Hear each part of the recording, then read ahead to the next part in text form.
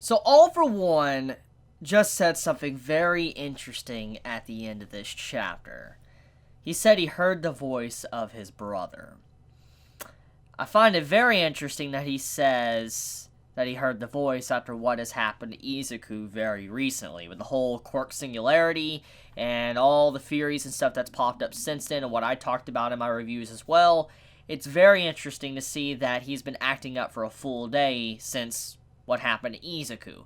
So the only thing I could assume that's going on here is that maybe All for One got to see a very similar dream sequence that Izuku saw a while back.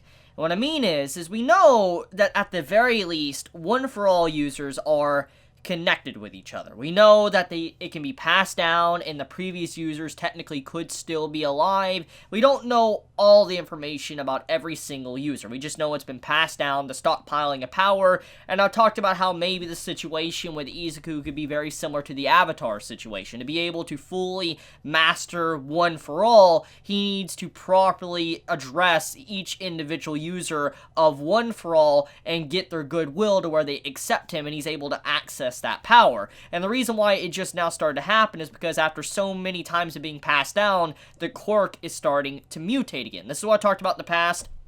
The whole situation with how what Izuku is seeing is very different from All Might. But it also could be the reason why All Might never saw it was because maybe he was never accepted by the quirk. Who really knows? But at the very least, we know that there is some cases to believe that the quirk is gaining sentience. It's being able to become aware of its own existence, and it knows what it is, and it's gaining strength, and maybe it's able to choose who it wants to have the power and who doesn't, and how the individual that's affected by it is able to utilize it. We do know that if a user that obtains One for All already had a quirk, they would be able to have two quirks. So, example, hypothetically, if One for All was passed down to, let's say, Todoroki, or Endeavor, or, anyone, or, Togata, who it was supposed to be passed down to, they would retain their quirks they already had, or the quirk they already had, and still gain the power of One for All. So, basically, we know the previous users, they do have quirks, or some of them have had quirks. Now, we know All Might was an individual that was quirkless. This has already been established, so we don't need to worry about that. But the point is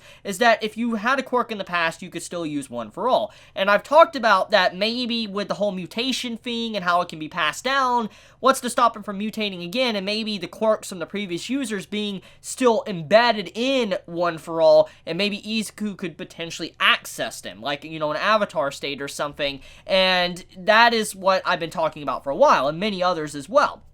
Well, the point I'm getting at, though, is with All for One now talking about One for All, I'm curious if, because he senses his brother, if he is actually linked. Now, we do know, if we backtrack a little bit, we know that All for One was technically, in some cases, the original user of One for All. I mean, not the actual quirk name One for All, but he did give the power stockpiling to his brother, and his brother had a very useless quirk, which is what was stated, that was able to pass on things, or, pass on quirks or whatever, and so he passed on the stockpiling, which eventually became One for All, because it mutated together, and we know the rest. So, what's to say there wasn't more to that quirk that his brother had that we didn't even know about, or nobody really knew about, and now we're just now starting to see it, and since technically, All for One had the quirk in his possession in the first place, stockpiling, maybe he's actually psychically linked to One for All now because of it, and he's able to sense, maybe where One for All users are, or be able to see the vision similar to what Izuku is now seeing. It's a very new experience, and that's why he's so surprised, because, I mean, he knows a lot about quirks. We know that All for One is fascinated about quirks, he loves quirks, we know he must know about quirk singularity and all of that, so for all we know, we could assume that hearing something like that, his brother talking to him, he realizes that maybe quirks are gaining sentience or something like that, and is getting him very excited. Which I feel like with that entire event at the end of this chapter, it's setting up for a prison break. Now, we've known that a prison break arc is coming. Well, we've known for a while. It's gonna happen. I mean, Stain being in the same place, and the situation now with All for One being in the same place, and other villains that we've probably seen that's also in the same place, we could assume that, there's gonna be a prison break. It's gonna be a massive prison break. A bunch of villains that have been out of commission for a long time are gonna come out, and they're gonna be major step forward for a lot of pro heroes to have to deal with. And even Izuku himself might have to deal with it. But the point I'm getting at is that it seems like Horikoshi is about to be prepared for a prison break arc, which I'm excited for if it's about to happen.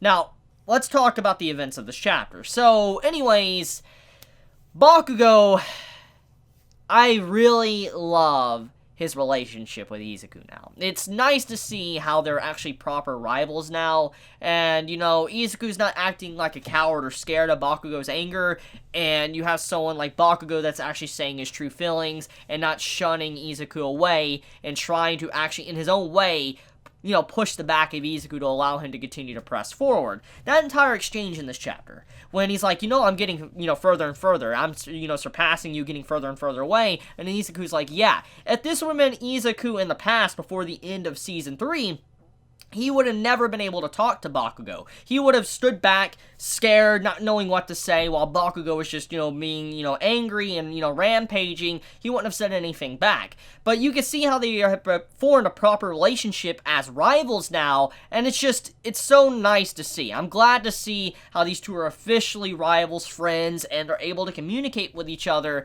and that was a great exchange, especially when Izuku's, like, so determined. He's like, I will surpass you. You just watch me. It was just a great moment, easily one of the best moments of the chapter, and I think many can agree with me on that.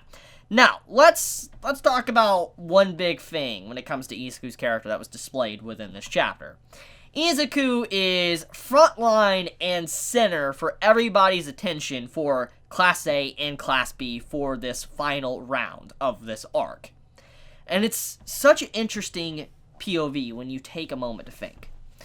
Izuku, at the start of the series, was an underdog. He was someone that many looked down upon. Someone that wouldn't be able to get far. Someone that had no quirk. And even when he got the quirk One for All, he didn't just get it in a day. He wasn't able to just start doing what he did now instantly. And we've seen over 200 plus chapters, we've gotten to see Izuku's progression as a character. And it's just interesting that Izuku is kind of being viewed as the final obstacle to overcome in this, like, little test fight between Class A and Class B. And it just shows how far he has come. That he was, at one point in time, a weak boy that many just threw to the side, didn't care about, didn't think he was anything worthy of worrying about. But now you have all of Class B basically worrying about Izuku, even comparing him to Bakugo, saying that he's at the same level as Bakugo and do not worry, like, you know, you need to worry about Izuku because he's scary. I just like that. I just like how Class B was just really worried, and even Class A, and seeing Ochako, Mineta, and even our best alien queen all basically supporting Izuku and, you know, having confidence in him. It just shows the amount of weight that Izuku is carrying on his shoulders, and how much people really depend on him, and also how people really look at him and are actually worried about him. It's crazy to think. Now, many might assume, well, it's obvious, he's the MC. Yes, but we know Izuku has worked for where he's at. He didn't just get it in a day. He did not just get this strong because he was the MC. He worked for it. He had to push himself to get to this point. And there's been a lot of consequences because of that. And it's stuff like that that I appreciate, just showcasing Izuku's character development, but also have a very different, like, I guess, POV for this final segment of the arc, where Class B is the underdogs going up against this monster, which is Izuku. Nobody believes that Class B could win because of just how strong Izuku is, and that the entire team with Izuku is very strong with restraining people and capturing them. I mean, when you think about Mineta and all that, and how he's able to use his, you know, great balls to be able to slow people down, or Ochako being able to, you know, make people float and they can't really control themselves, it's obvious why people would, you know, fear their team. They have really good synergy, and it's not something you can underestimate. So, yeah, I mean, I do believe that Class B still has a chance. I've talked about my viewpoint on this for a while now, that it would make sense for Izuku to lose this, because he might purposely lose this to find out more about his visions and what he saw when, you know, he was talking to the original user of One for All. And with the whole situation for all we know, he might be able to manipulate Izuku and get into his mind somehow, because we don't really know how the full extent of One for All really works right now, since everything is really new, and All Might himself doesn't even know.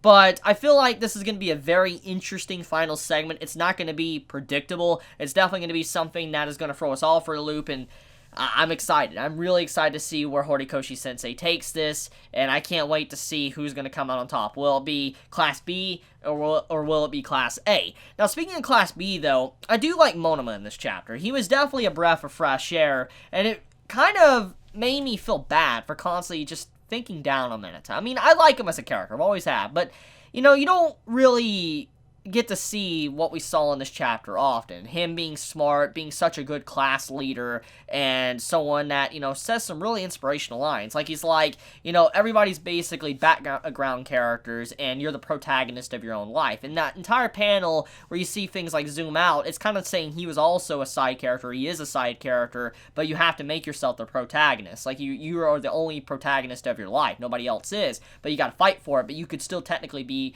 a side character in real life. And I like that. I like Monoma's speech. Monoma is definitely a character that you could easily forget how intelligent he is, and I think many forgot about that little trait of his character, and it was finally brought up once again within this chapter. But I think I want to end it at that. Let me know your thoughts in the comments below. If you enjoy my content, you know, please subscribe. If you like this video, please leave a like. And if you want to get notified for whenever I upload a video, please click the bell icon down below. And with that, Chibi out.